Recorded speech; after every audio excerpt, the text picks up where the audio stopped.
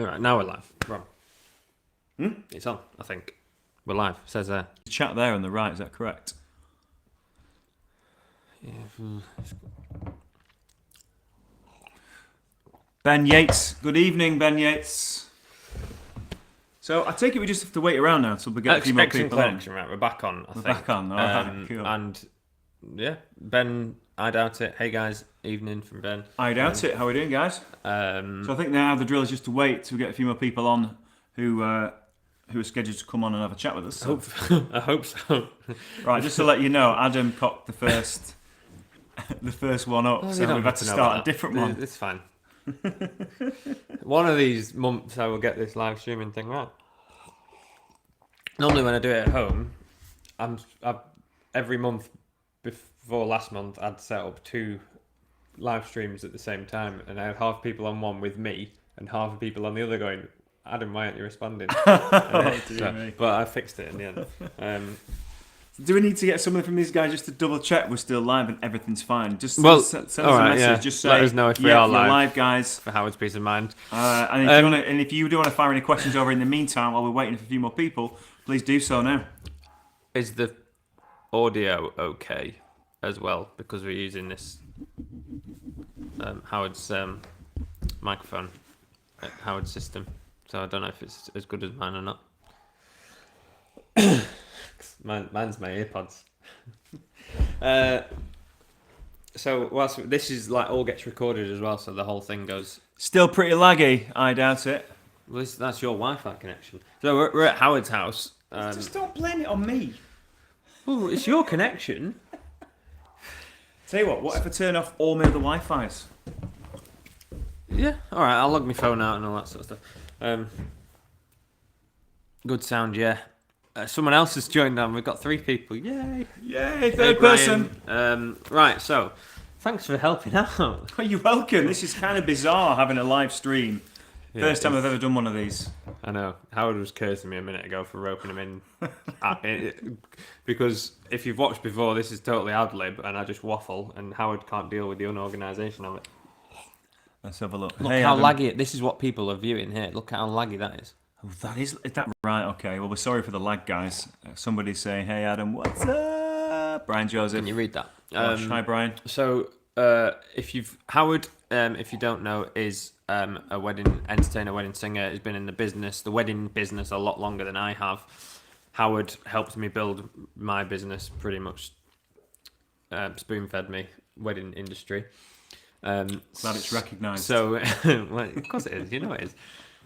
So I built my business using Howard's advice, and he's been a big help to me. And he's always, if regular viewers will know him from some of the videos that we've done in the past. We've done several, probably dozens of. Yeah, I think my favourite videos was the Cyprus one. When we were in Cyprus. Is that because we were in Cyprus? Yeah, in sunshine. Lucas Castillo Productions. Hi from Spain. Hola, ¿cómo está? He loves doing that. So yeah, Howard's got a lot more knowledge about the business side of things than I do.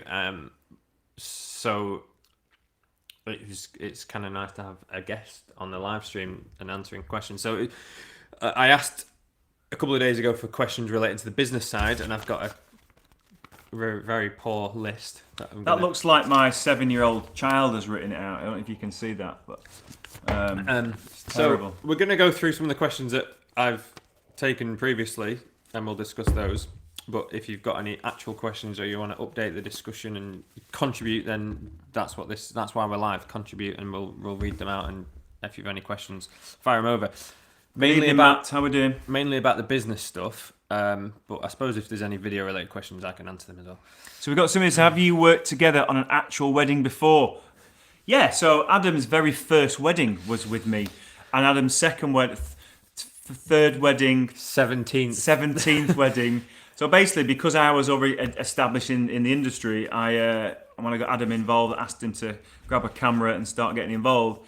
I sort of recommended him to all my clients, but at the start, he was coming out doing things for free for my booked clients, and it went from there. So yeah, we've done lots of weddings together. But you know, it's funny because we don't do as many now. Adam's he's been flying, busy on his own, and we found that over the space of like 2 years, he'd stop working with me. It'd be less and less, and he'd be doing his own thing more and more. So it's taken me about 2 years to get to like fully booked, consistently level. At yeah, good I'd prices. say we only do about 2, 3. We've done 3 together this year. Yeah. But because I'm super busy and booked up well in advance now, and as are you, so we get to cross paths a lot less. But at the start, yeah. Yeah, at the start, it was all the time. Because people always ask, like, how do I get into wedding industry? And how I got into it was I went along for free to you just said, can my nephew come to the bride and groom, and it won't cost you anything. The bride and groom agreed because it's free, and it was with those couples who had not booked a videographer, and when I speak to them at the final meeting, I say, have you thought about a video? And there's like, no. I said, look, my nephew's he really wants to get into it, but he needs some experience. Can he come along? It'd be completely free. And they were just like, yes, so yes. Yeah, to answer the question, yes, we've worked together a few times, but I suppose aside from the fact that we're related, just knowing you as a supplier and getting recommendations from you, and then vice versa, you as an entertainer get video footage because I've given you loads of my footage in the past and made little promo videos from it and stuff. So it's been our relationship as suppliers is a good one to build with people that you don't know. Yeah, and we scratch each other's backs, and it's a win-win situation, is it? Like I say, for me, I get some great shots, some great bits of video that you do. So it's always good to get friendly with the without a doubt, all the suppliers, like the entertainers, the DJs, the photographers, the florists. Like we've just been out for evening meal together with the family, and Adam was saying one of those things that you turn up at a wedding and the photographer would always recommend him after because he's got a great personality, gets on with everybody really, really well, and the bride and groom love him, great personality, and it's just a great experience, isn't it? This is something that I've always took from you, is that you're very good at the personality, and you. Yeah, I would say it's not. You're not just about your product, is it? It's about exactly. you, and it's the old adage, isn't it? Well, people buy people rather than a product. So, and this is the perfect business for that, because they're going to buy into you, your personality. So yeah, to coin a Johnny Draper phrase, don't be a dick. Can't be super swear. friendly. We're live Can on Channel swear? 4. Please do not swear. I cannot say F up. I've always wanted to say that. We are live on Channel Wing. Please do not swear. Yeah, I think you can swear. I don't know. Evening, Matt. No one else. So, whilst we waited for people, we've kind of just started waffling there for 5 minutes, but whilst I was going to ask you how your season's wrapping up this year and how you're looking for next year, just as general chit chat while we waited, but I guess. Yeah, so wrapping up. Well, I've still got 11 weddings to do this year. That would take me to my 60 weddings, which I do every year, and then I stop it at 60. Some people think that's a lot, but I used to do 150 weddings a year until my last boy was born. And things change a little bit, In the videography world, I'm thought of as doing a lot of weddings at like 45, 50. 60's bonkers. Yes. From video, like you can just. I mean, I know there's more to it, but you don't have all the post production. You just turn up on the day, do it. Yeah. So when I've done my gig, my work is finished. Yours has just begun, hasn't it? 60 is probably like most people, like videographers, 30, 40. Yeah. So 60, 11 more to do by the end of this year, Yeah, and then I've got 38/40 booked in already for next year. And I've got about 25 for 2021, I think. But I'll always have at least one or two more than Adam whenever you ask us. I've got 0 for 21. You've not got any for 21? Oh, wow, I've got a few. But it's that old, like, videography is still booked later on than most things. So it's either booked very early on and prioritised, or it's booked right towards the end. So I think you worried. guys are in a brilliant position right now, because I think video is more popular now than it's ever been. I think more people are always. It's one of the first things. There's more people doing it, but there's a lot more demand for it. It's getting there. I think it goes with the photography now, so they'll think about photo and video, and they'll combine the two. As for years and years, the video has always been an afterthought. The later stage of their planning, it's like shit. Should we get a video? having been in the industry as long as you have? Has Yeah. it changed over the years? It's just getting more and more popular. It's quite rare now that I do a wedding where there's not a videographer. So good news for you guys. People are thinking it's a really important thing to have. And I tell every single one of my couples, even if I recommend Adam or not, that it's something they really need to do. And it's something that I regret from my own wedding. I mean, we just had Uncle Howard, believe it or not, film with an old camcorder, and he got really You pissed. had an Uncle Bob. He got really pissed and turned it off when he should have turned it on, and vice versa. It was just a disaster. So I always tell my couples about that. I think it's really, really important. So yeah, you're in a good time. I think it's getting more and more popular. But there's more competition as well, for you guys, without a doubt. Yeah. So this is why marketing's really people important. worry about. Well, okay, so this leads me into my next, because I've got like 33 for next year. So I guess I'm not really too worried about how I'm going to be generating inquiries and stuff. But going into next year, are you thinking about marketing or generating leads or anything like that? Guys, how many time do you spend in editing a wedding film? That's a question for you. I've just asked you one. All right, we'll come back to that. Yeah, but he's asking you. He wants to know. Come on, we got to listen to our listeners. Well, Lucas Castillo. This is the Spanish guy. How many time do you spend editing a wedding film? How much time do you spend editing a wedding film, Howard? About 20 to 30 hours on average for everything. That includes the multi-cams, the ceremony, the speeches, and like a 20 minute film and a short film. All of it will probably take me around 20 to 30 hours. I thought you could do it in 15 minutes. Did you not do a video on YouTube about how quick you can edit a video? You can cut a multi-cam ceremony video in about 10-15 minutes. Okay. You can cut your ceremony in 10-15 minutes, your speeches in 10-15 minutes. Then it's another hour going through all the other footage for B-roll, and then it's building the full film, which is like maybe a day, and then the highlights film, which is like half a day, and then sending it all off. It becomes 20 to 30 hours is what I normally say. It's a lot of work. It's a lot of work for you guys. But say, like, let's say it's 20 hours, I could do that in 2 days. That's 2 full days. I just shoot the wedding on the Saturday, have a day off on Sunday, Monday, Tuesday. By mid Wednesday or Wednesday tea time or whatever, you're done. And I know it doesn't happen. You don't get a wedding every Saturday. Sometimes you've got Saturday, Sunday, and they're just all busy. What if you're busy and you've got 100 weddings to edit, and they pile up. But as a general rule of thumb, but some edit slower than others, and I'm pretty quick. So 20 to 30 hours. Wow. So no, what I was going to ask you is, because you're at 30, nearly 40 for next year. I'm at 33, 34 for next year. So we're probably not we don't need to worry too much about generating business for next year, because it's kind of ticking over back at this point. But are you doing anything marketing wise, generating leads for next year? No. Or beyond? No. And I don't really market myself. I don't do any advertising.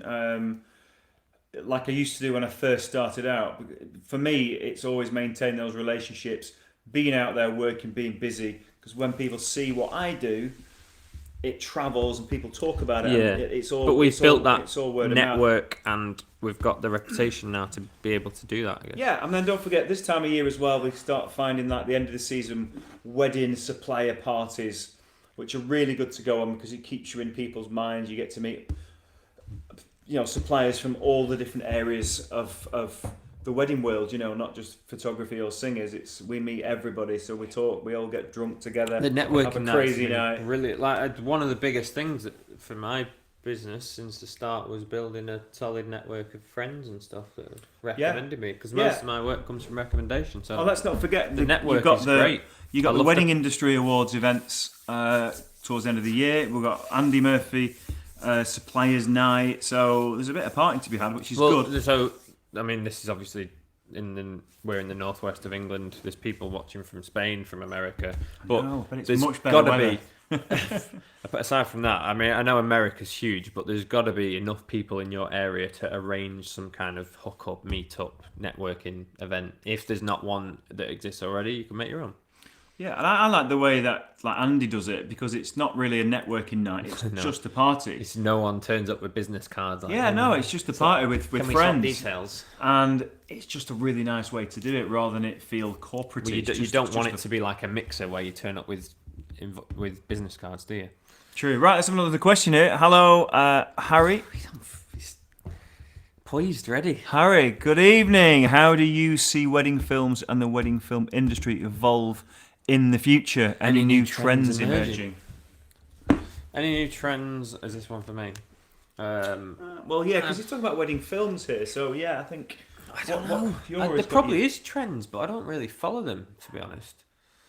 I've noticed trends over the years with films. Like, the way I would understand what he means by trends is like editing styles and all the like. There's been in the last sort of year there was this whole thing about crash zooms and super fast transitions, party like style. Bit like your Croatia recent video. Yeah, a little bit. Yeah, and it comes and goes. But they like these. Then they're in for 6 months, and then someone will do something different where they'll use a drone and spin it, like and then the drone footage will be dead popular. But the stuff that always it's as cheesy as it sounds, as these things come and go, what stays consistent and will always be desirable is a good, well shot storytelling cinematic. If you've captured the story properly. I think story over production.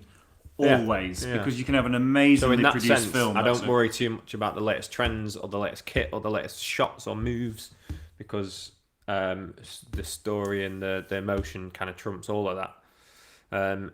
Case in point, if you because you've got kids, so you'll understand this. You've got like an old footage of when the kids were young and getting on a bike, like all those old home style videos that are horrendously produced, but they'll mean so much more to you than some really cool shot that means nothing to you. Yeah, it's what that shot does. We were just touching on that, weren't we? About the wedding industry, the film industry evolving in the industry, the wedding videography evolving over time, because you'll have seen it when you started. So when I started, there wasn't as many videographers, and they were quite boring, the videos, and it always had these guys with the massive cameras on the shoulders and lights in people's face, and I've seen it change. They were still using VHS when Howard was... I've seen it change to people with the smaller equipment, they're more in the background, and I think it's just the best way to do it. So that's what I've seen change. You'll like this one. Brian, I'm just starting out. What is the best advice you can give me? I don't know if you missed the first 5 minutes, Brian, but when I first started out, Howard's advice and how you got me on one of your weddings for free. So that would be Hi, my Brian. advice. How are you doing? Yeah, starting out. Definitely find a mentor, I would say, is one of the first things you need to do.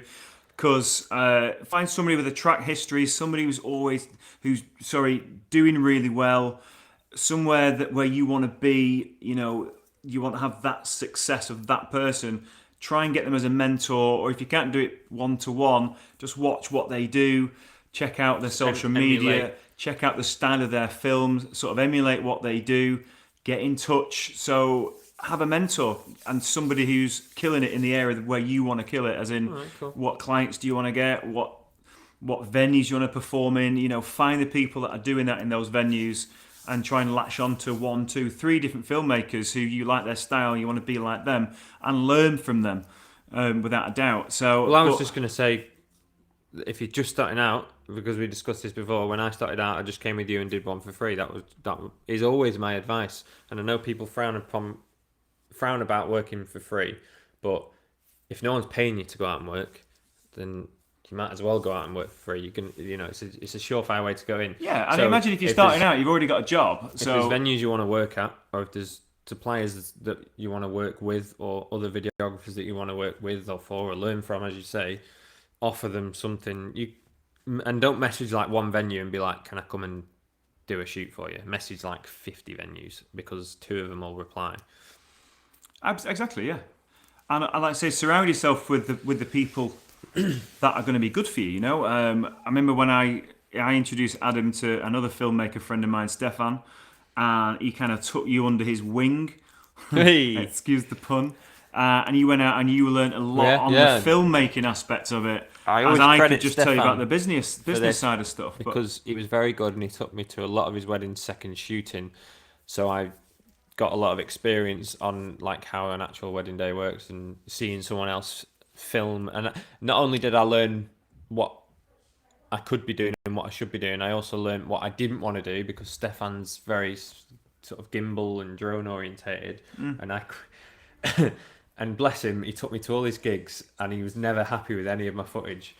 But you know what he's like? He's like, no, I mean, I couldn't use any of it. It was all terrible. But it's cool, mate. It's cool. You did good. You tried. That's the main thing. And he understands that you were learning as well. Yeah, he's so sweet, which was great of him. What I did learn was that the gimbal that he used to get me trying to do, and I could never get the hang of it and get decent enough footage for him to use. I then decided that I would never ever use the gimbal in my work. And when I then saw other people doing like minimal, no gimbal stuff, I was like, I latched onto that because I hated Stefan's gimbal. So yeah, Brian, I hope that's giving you a little bit of stuff to think about and work on. Free gigs. Always ask friends, family. You might hear of people getting married. People. Tell them, you're starting out. You like to get some experience. It's going to be free of charge, which builds up your experience and your confidence. Getting out filming. Correct me if I'm wrong, Brian, but are you in a photography background? I'm sure we've spoke already. So if you are a photographer coming over to video, then you've already got a bank of like a network of people that you can get in touch with. If you're a photographer getting into video, as a photographer, you should know other wedding photographers. So then straight away, you could go to all your photographer friends and be like, look, I'm doing video. Do you want me to come to one of your weddings and offer a bit of video? Just to add to that, I'm finding so many photographers now moving over to video or even offering both. Yeah. And their video businesses are just kicking off so fast because they've already got this network of people which they can tap into. And yeah, it just gets you there a lot faster. Brian is saying, doing really well, yes, I did photography for 2 years. There you go. We've got is a Panasonic G85 with them with a 50mm lens crop lens. Okay, be a good enough all-round lens. I don't have another single shooter with single camera. I'll take this one. So Howard's here to help with business questions, but of course, like kit and video stuff, I will help with.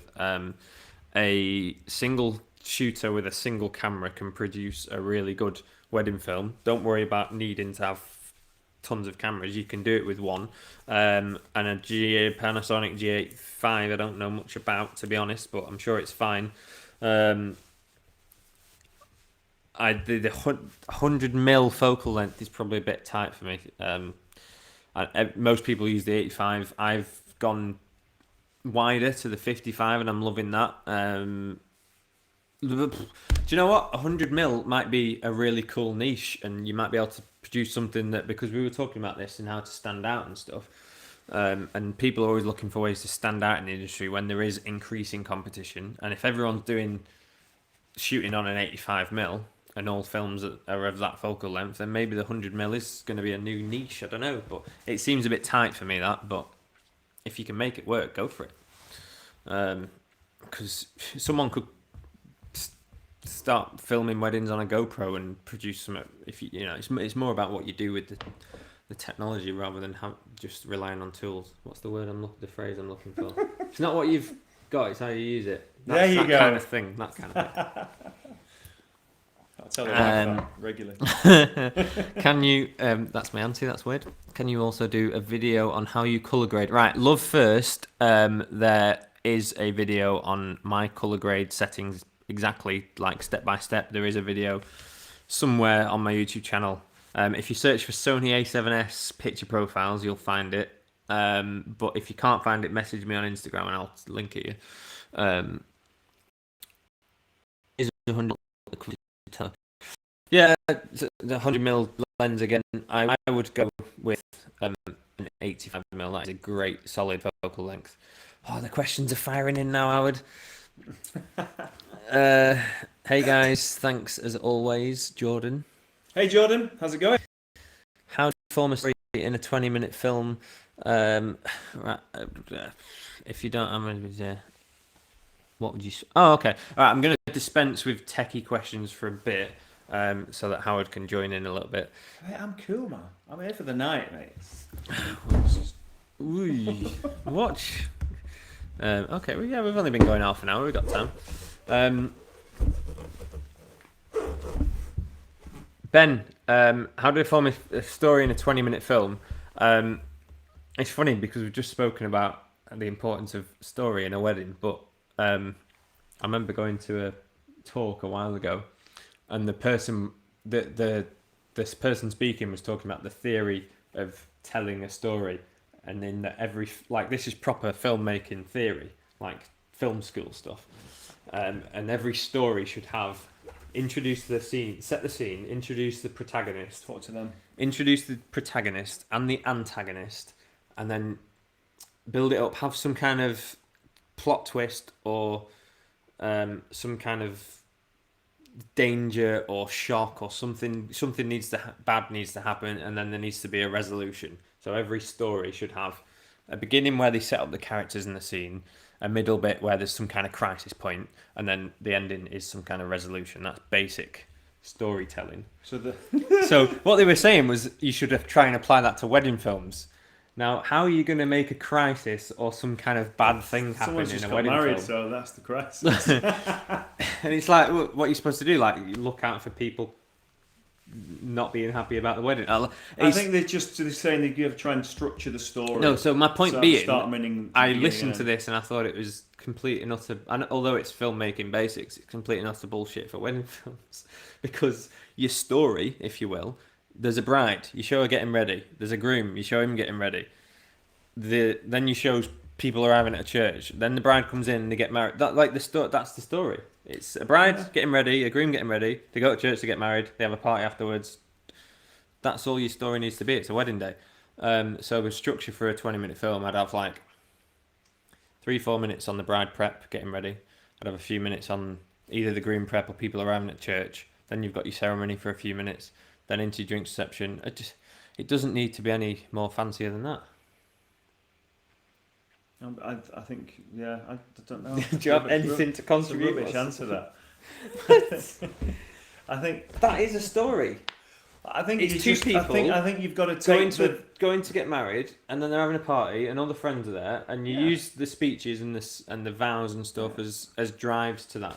And I think you've getting across the personality, but that's the story. You've got to put the story of the day to the viewer so they can see it from start to finish. I think, but listen, that's your domain of the creativeness. I can't remember who asked it, mate. Come back to me, Ben. Come back to me.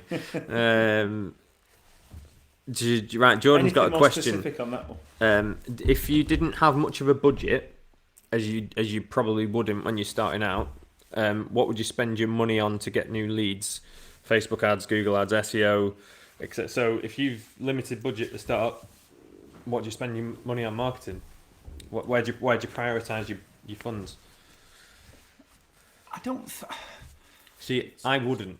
I've spend anything. Only ever spent, I think, £300 on a magazine advert when I first started out years ago, and it got me no leads. So I decided to do things completely different. As from that day to this day, I've never spent a single penny on marketing.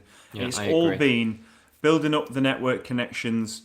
I mean, all the information now, it's so easy to find. If somebody's just got engaged, you go on Instagram and you put a hashtag engaged, you see exactly when that person got engaged.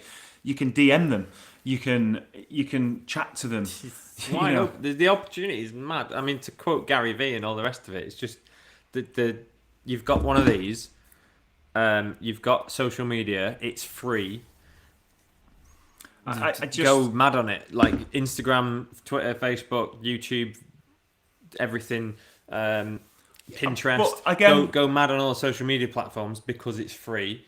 And I know organic reach and engagement and stuff is decreasing because Facebook and Instagram are now making more money from the ads, so they're pushing the ads more than the organic. But if you're putting out enough content and you've got a engaged audience, I can only share my experience with what I do with my marketing. You know, from obviously spending that first money, which did nothing for me, was just drop into venues, not just venues, Well, other wedding suppliers. never Go and paid- introduce yourself, and I've never paid for a wedding fair. I always get invited for nothing because I've built the relationship. well, the good thing with the wedding fair with you with the guys venue. is you can offer a free movie of the whole wedding fair of the event. Yeah, you trade know, your a services. 3 to 5 minute trailer of that actual wedding fair. So that people love that. So you know, because it I would showcases their venue really well.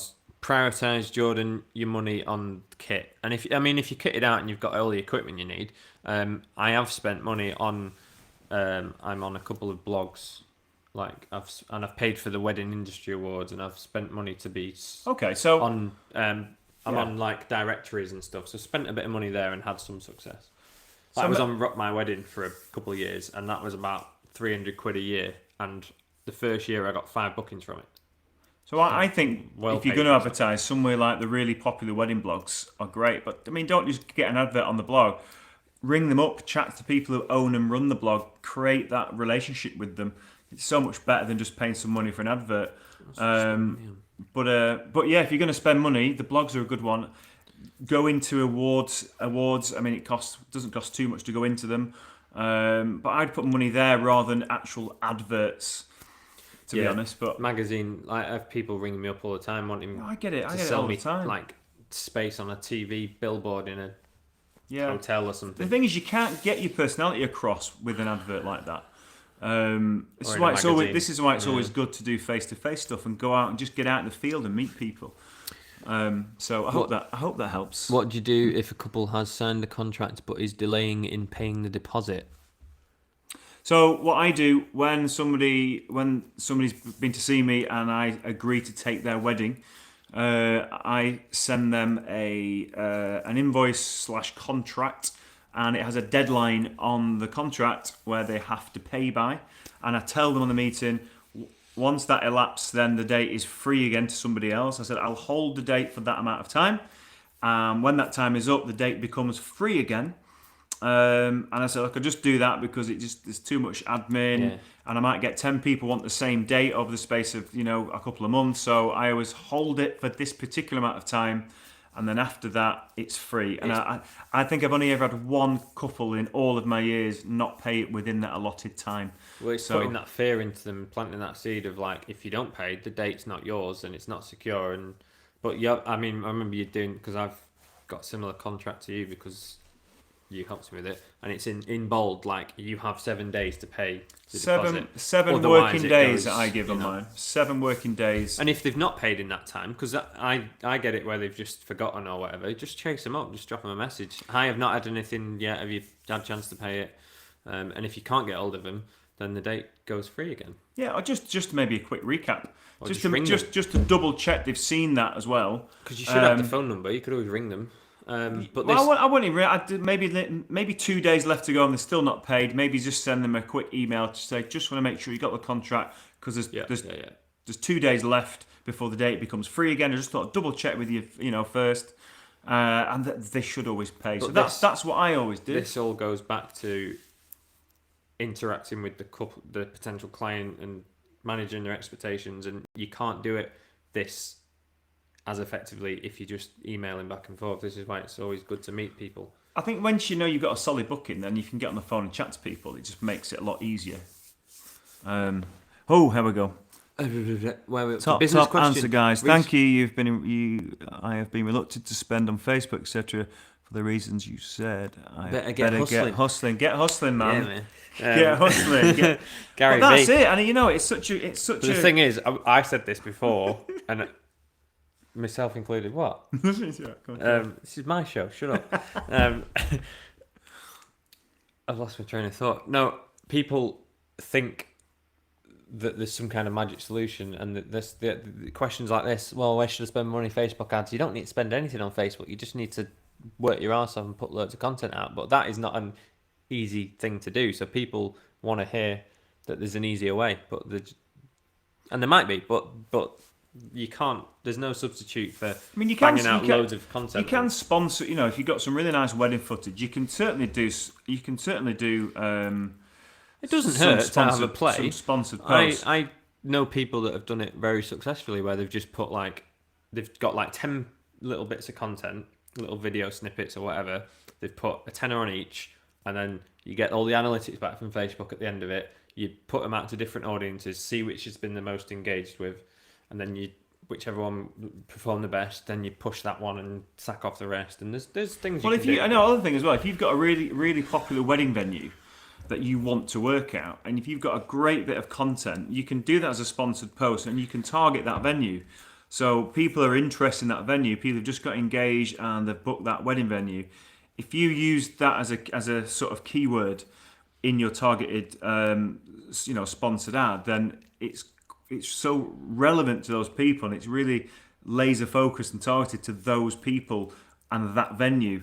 So rather than just go really broad with it, say, just focus and use your key venues in your keyword targeting on your adverts. And I don't know a lot about adverts, but I do know that you can make it very specific and target the people. You can target people that have just got engaged. You can target people in a certain area, or people that like certain pages, like the wedding venue. Like the wedding, exactly. Well, that's what I meant. That's what I meant by that. Business question. Recently started out alongside a day job. I'm receiving inquiries but struggling to convert into bookings. I know it may be down to price. Is it normal? Just wondering if this is normal. So loads of inquiries but not converting. I've been there with you, bro. I used to have the day job. I used to work 9 to 5, 9 to 6 in the week, and I was out singing on the weekends. It was just mayhem. Pushing like mad to try and get my wedding business going so I could sack off my job, which eventually I did do. But it's a lot of hustle at the start. What's your numbers? I convert probably 1 in 8, 1 in 9 of my inquiries actually book. So that might give you a bit of context.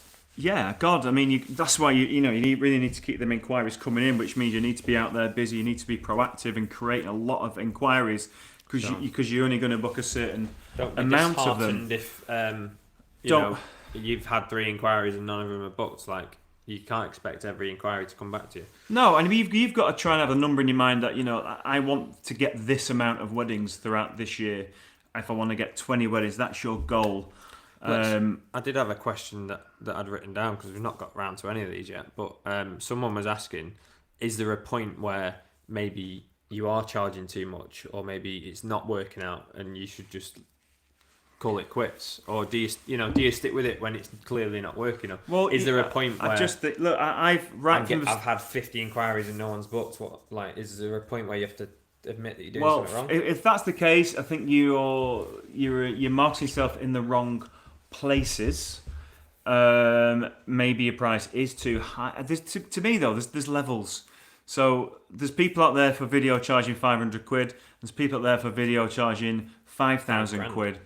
So yeah, but if you're charging $5,000 and your work's not up to scratch, I mean, this is what we did with Adam. As his work got better and better, his price got better and better. And it's aligning yourself with the sort of work you're putting out there with what you feel you can get for that work. So we looked at all the competitors in Adam's work bracket, if you like. You're as good as him now. What's he charging? You're in that sort of area. They're the prices you can be charging because these guys are getting bookings. So that's what we did. All you can base it on is, well, what's everyone else charging and what's their work like and how many bookings are they getting? So again, it goes back to just... Yeah, I think you should always be looking at increasing your pricing and giving maybe a bit more extra value. But I just think your personal brand is so important, even as a videographer, because people are going to be buying into you. Without a doubt, it's like with my photographer friends. Johnny, I know some amazing photographers with the best photographs you've ever seen. I work them on a wedding, and they're arseholes. All right, and I've seen guys whose work is good enough. And the brilliant people, they're great to get on with. All the guests love them. The bride and groom love them. They're going to get the bookings 10 times more than those people with the amazing pictures who are arseholes, Someone in particular who's a real arsehole, who does really good work, but is an arsehole. And there's that couple next year who booked you, and you warned them off this guy, and he's ended up booking me and Damo instead. They've ended up booking. So that just goes to show, if you're friendly and people like in the industry, you are going to get work. So this guy is nobody likes, and they got a bad vibe from him, and Howard kind of gave away in your face that he wasn't going to be a popular choice, and I know who you're talking about now. The couple got spooked, and then they realised they didn't want him. I don't like working with this photographer. Yeah, so they sacked him off because of what you said, and because then they thought about it and they were like, actually, it was a bit weird, and they sacked him off and booked me and Damo. But the thing is, for me, it wasn't a selfish thing. It was, you don't want him on your wedding exactly, because your guests don't like him. So really important to be a nice person and be somebody that people can get on with really, really well. The guy who I'm talking about just previously, amazing photographer. He came to me a few years ago and he said, I can't get any work, what's going on? And I didn't have the heart to tell him that he was a bit of an arsehole. But I felt like saying, look, you need to change your attitude because your work's there, but you just need to have a better attitude on the day and listen to your brides and grooms, meet their expectations, and just be a friendlier person. It's, I'm gonna ask you I couldn't really tell him that. I'll tell you who it is afterwards, yeah. Off air. Right, I've got a tech question. Anthony, if I'm buying a Sony camera body, do you think the F85 is a good... Right, if you've already got a Nikon 50 and a 35 Nikon, and you... I'm looking at this, it's got a delay in it. Yeah. If you've already got the 50mm and the 35, and you're a bit tight on money, like if you've got money, if you're going to buy one anyway, then if you've got the money, fine. But I would personally stick with your 50mm and your 35 for now and master those. Don't just... If you've got two perfectly good lenses there, 50mm's great. I shoot with a 55. 85 is a great focal length portrait looking. It looks really nice for wedding films, but master the lenses you've got. Don't dispense them and just buy something because you think you should have it. Does that make sense? That's what you normally do.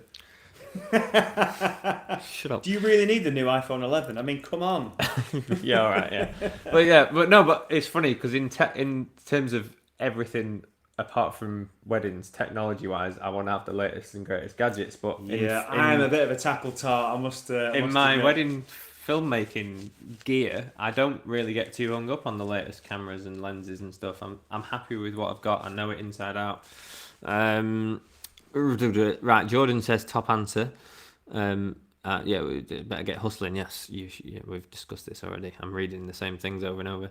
Regarding wedding fairs, I have my first this Sunday, and I'm thinking about providing a special offer or a discount, which will last 10 days before it expires. I still do the odd wedding fair and open day when I get invited.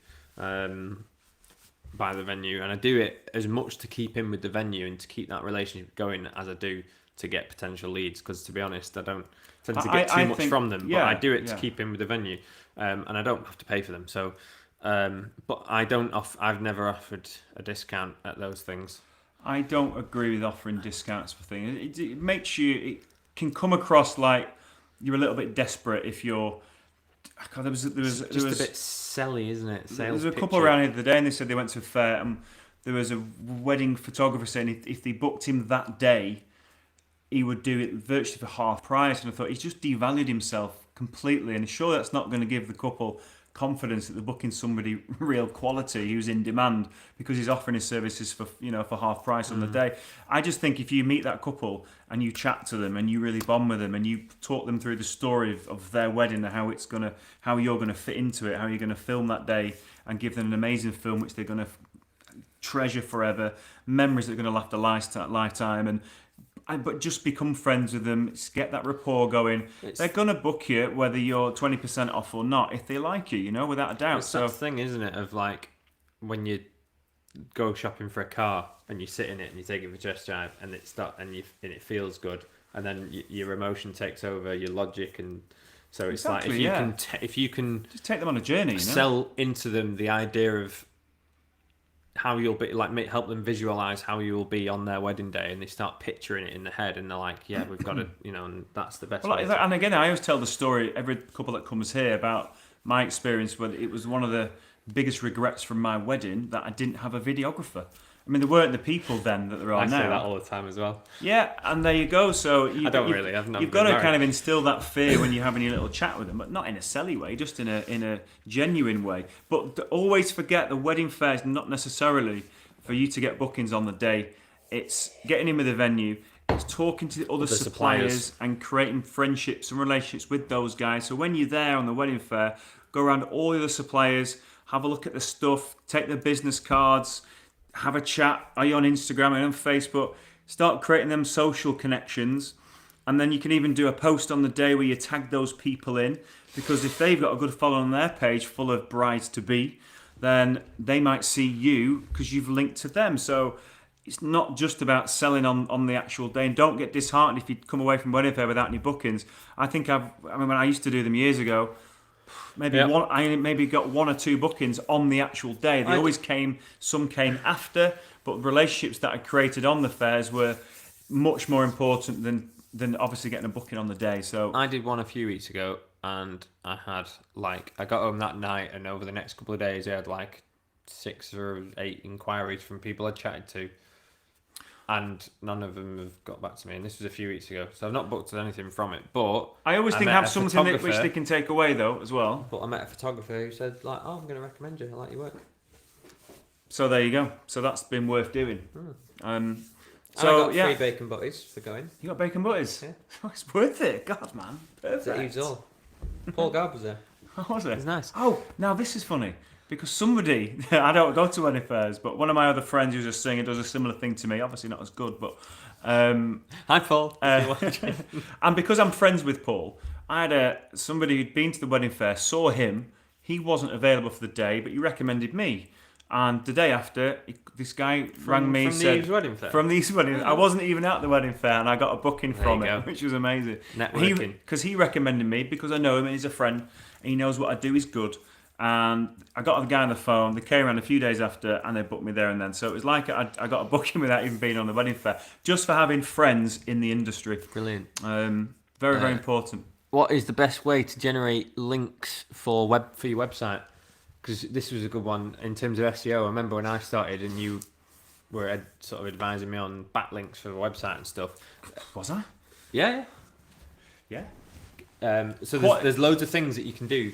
Backlinks from other websites will increase your ranking on Google and stuff. I don't know how relevant that still is. Yeah, so the backlinks which always worked well for me, so my web guy tells me, is ones that come from people's blogs. So wedding photographer blogs, wedding videographer blogs, where they've got a link to my website. And if they're popular blogs, it's a great backlink. It's got to be a good quality backlink, I think, it makes a difference. But you can generate... So a great one for videographers that you can't really do, but as a videographer, when you deliver the film to the couple, and this is advice I've started doing this.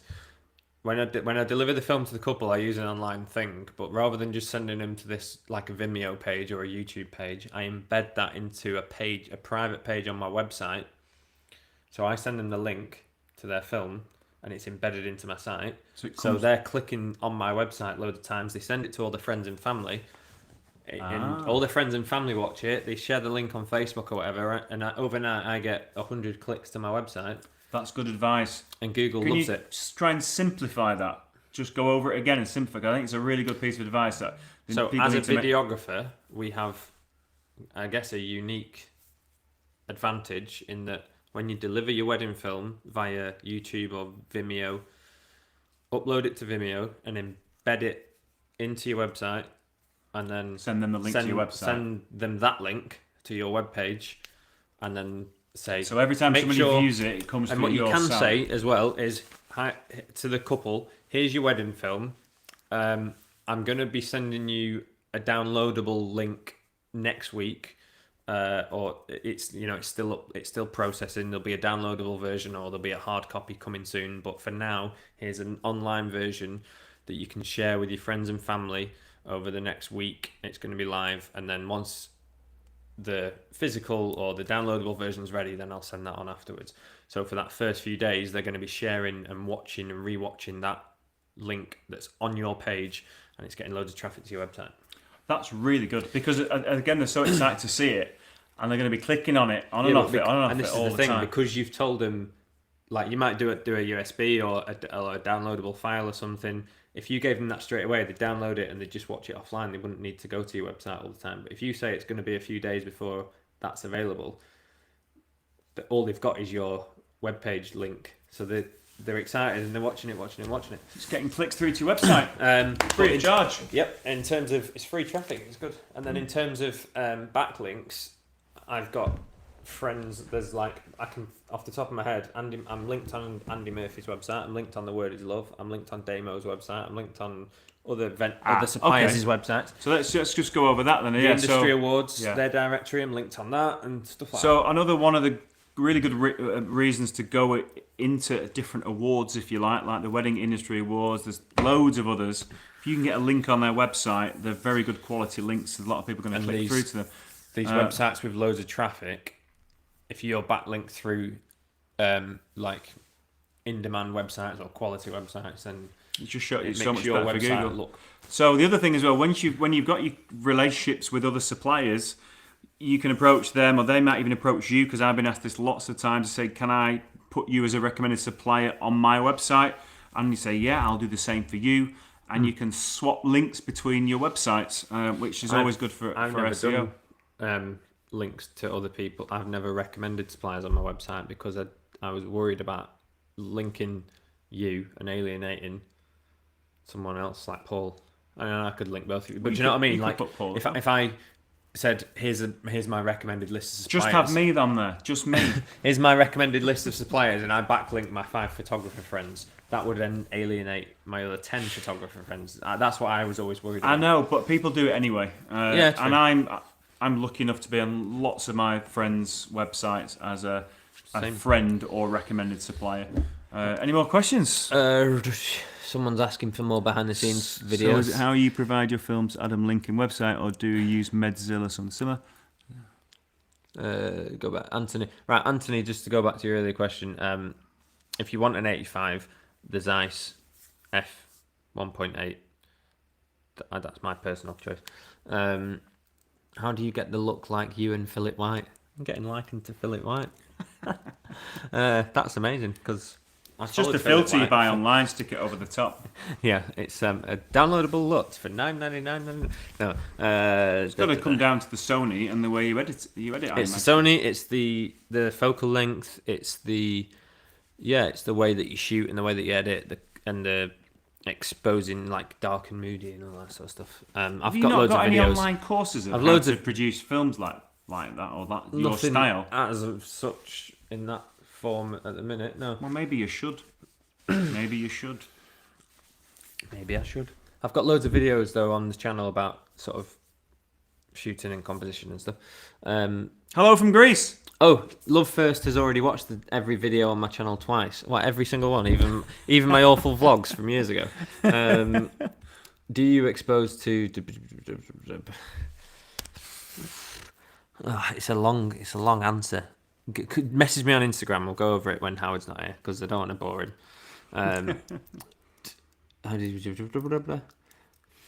But yeah, keep practicing. Is the thanks so much. I'll forget the discount. Yes, Paul. Don't. This is the should have discount at the wedding fair. Yeah, don't bother. Thank you. Can't thank you enough for the advice. There you go, Howard. You're going down well. Who likes having Howard on the live stream? Don't ask that. I hate that. Who likes having Howard? Who wants more of Howard? It makes my life easier.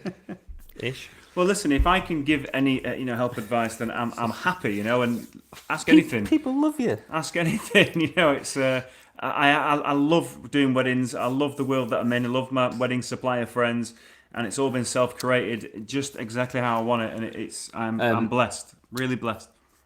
Me too. It's good. Yeah, boy. Jordan, yes, I use MediaZilla for now, but you can embed to your website as well with MediaZilla. Message me on Instagram. I'll send you a link to I have like an example wedding page that I send to people. So it's going back to what I said before about Vimeo and embedding it on your site. You can do that with MediaZilla, yes.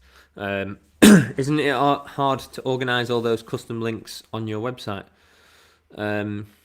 No, you just have I would have, if you wanted to do backlinks for other people, in order to encourage them maybe to do the same for you, I would just have a page saying supplier friends and just list people in a cool kind of way. It doesn't have to be a boring list. It can be.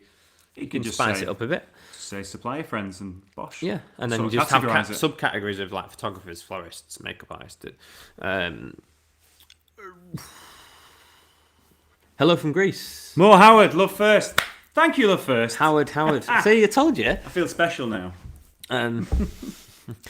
But we used to do the Wing Wednesdays all the time. The idea was to do it every Wednesday, but we just got busy, didn't we? Howard can't commit. We're both busy, and I'm up for Wing Wednesdays. Yeah, I think the thing is though, is just get specific. Busy. It's hard, isn't it? And if you guys have got specific questions, and we can make Wing Wednesday videos on. Everyone should have an Uncle Howard.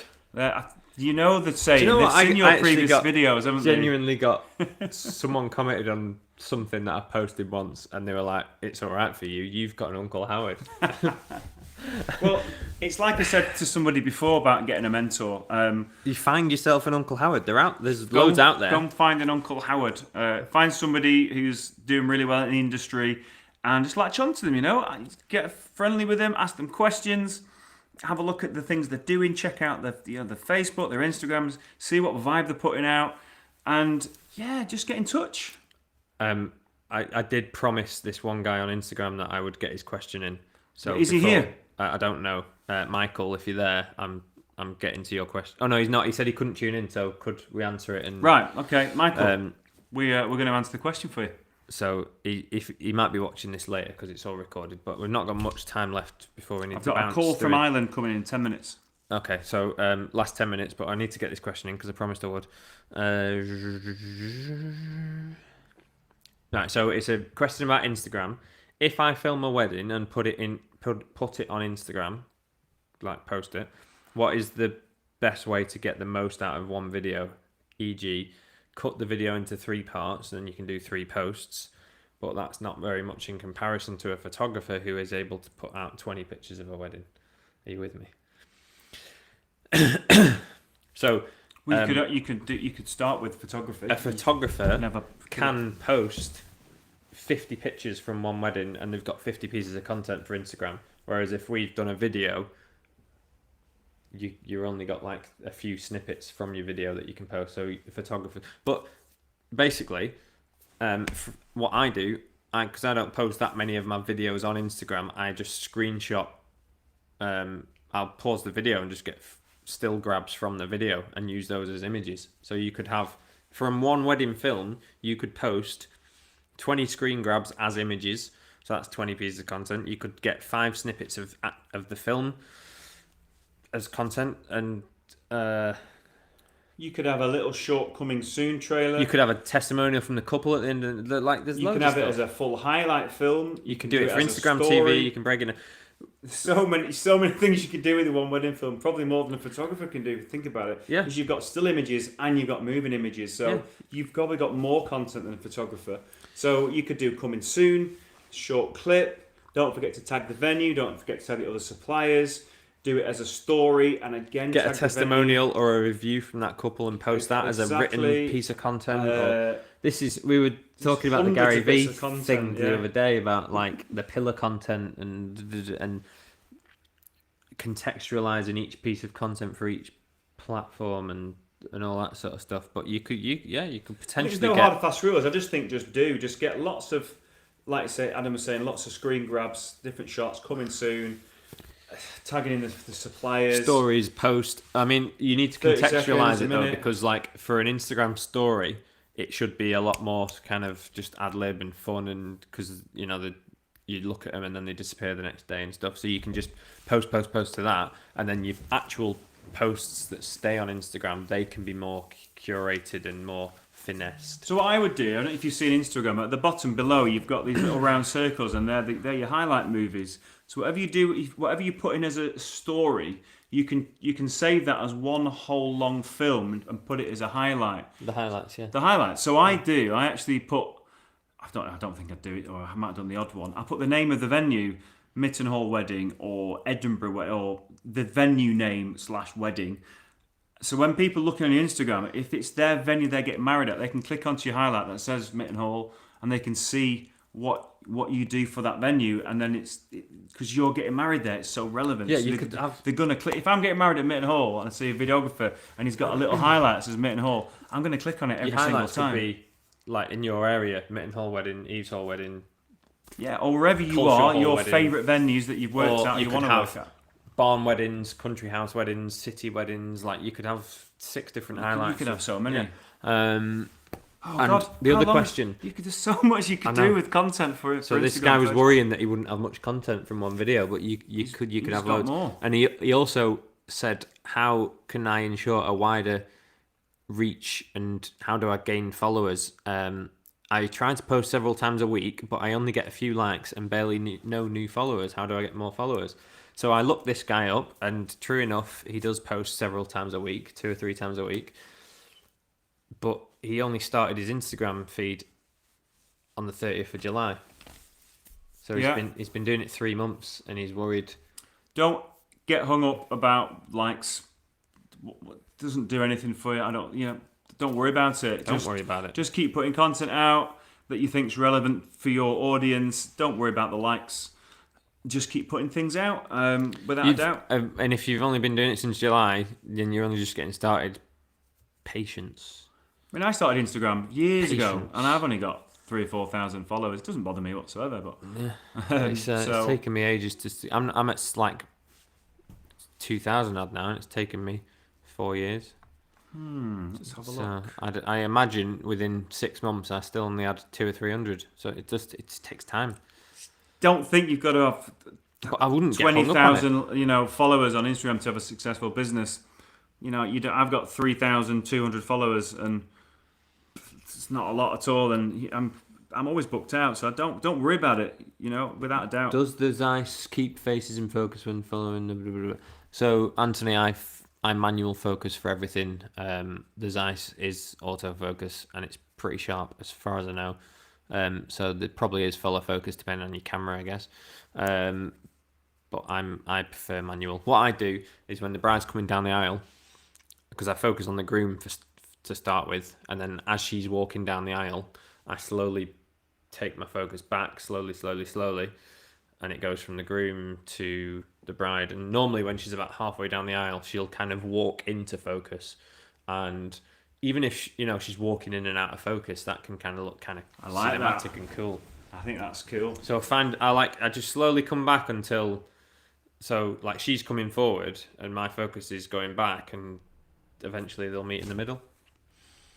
And then I just try and track her from there. So Just trying to work out when practice. I first started Instagram. My first posts were like, I went on Pinterest and found inspirational quotes, and then used one of my first posts was a quote from Dr. Seuss about how everything is just fleeting moment unless you capture it as a memory or something, like a picture paints 1,000 words, or like some kind of really cheesy inspirational quote about how video is an important memory. This is like from Dr. Seuss, and I posted that. That was like my first Instagram post. We need to sign off, don't we? Guys, thank you so much for tuning in. It's been a real. Someone else has put Team pleasure. Howard. Team Yay, Howard. Team Howard. Thank you, wedding film guy. Big up Howard. Good luck to everybody. Don't forget, Smash. smash it. Stay busy. Thanks for helping. You're only one product away. Oh, that's a different video. Sorry. Well, you never know.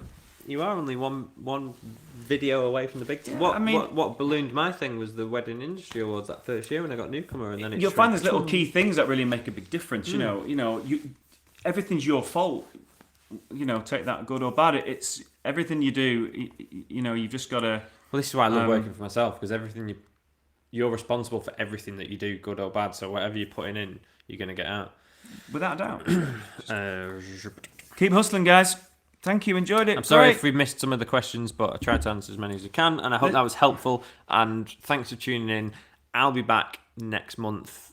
What are we on? November. Jesus, next month's November. I'll be back at the beginning of November for my usual normal live stream, just on my Todd. But I know I've been absent of late on the channel, so there's more videos coming this month. I'm getting back into it because I'm a bit quieter now. I've got time to do it. But thanks for coming You're on. welcome. And I'm sure we'll be able to get you back on in some capacity. I'd love to be back on, soon. Are we not organising a bit of a workshop day next year somewhere? Maybe we could think about that. Maybe. So, well, let's see. Okay, so I wasn't. This is a bit on the spot now, but we are planning on doing some kind of workshop course Some point thing if there's demand for it. So, someone said about. You said about finding a mentor, and someone commented up here saying that we are the mentor. Well, so we could be. This is why for the low fee. This is why I think we should do a get together, shouldn't we? Some kind of get together or workshop would be invaluable, where we can just face to face chat to people, do a couple of talks, and then just have a load of drinks and network. Yeah, and chat. guys, if that sounds interested, for you, let us know in the comments. Maybe a workshop in the winter. We can put something together. Yeah. Thank you, guys. Thank you. Wing wedding workshop. Wing wedding workshop. You know, yes, mate. It would turn into a ridiculous piss up. You do realise? Of course it would. We're notorious. Guys, right. Cheers, guys. Thank you. I'm gonna log off now. Thanks for watching. Love you. Bye. Don't forget to like, subscribe, and smash that like button. And yeah.